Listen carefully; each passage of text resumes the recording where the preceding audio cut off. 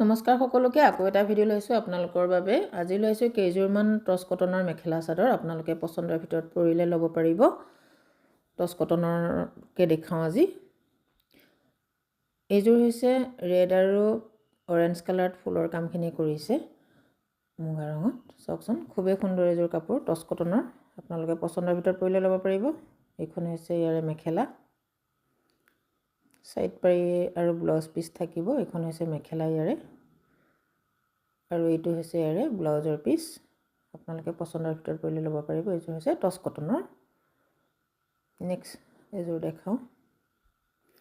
এইজোৰ green কালাৰত ফুলৰ কামখিনি কৰা আছে ইনি হৈছে সাইড পাৰি আসলৰ ডিজাইনটো এনেকৈ থাকিব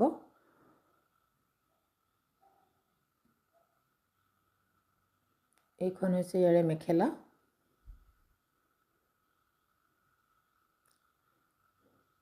লগতে থাকিব এটো ব্লাউজৰ পিস আপোনালোকে পছন্দৰ ভিতৰত পৰিলে ল'ব পাৰিব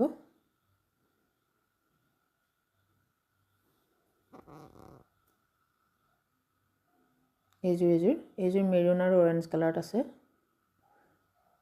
খুব এজোৰ ধুনীয়া কাপোৰ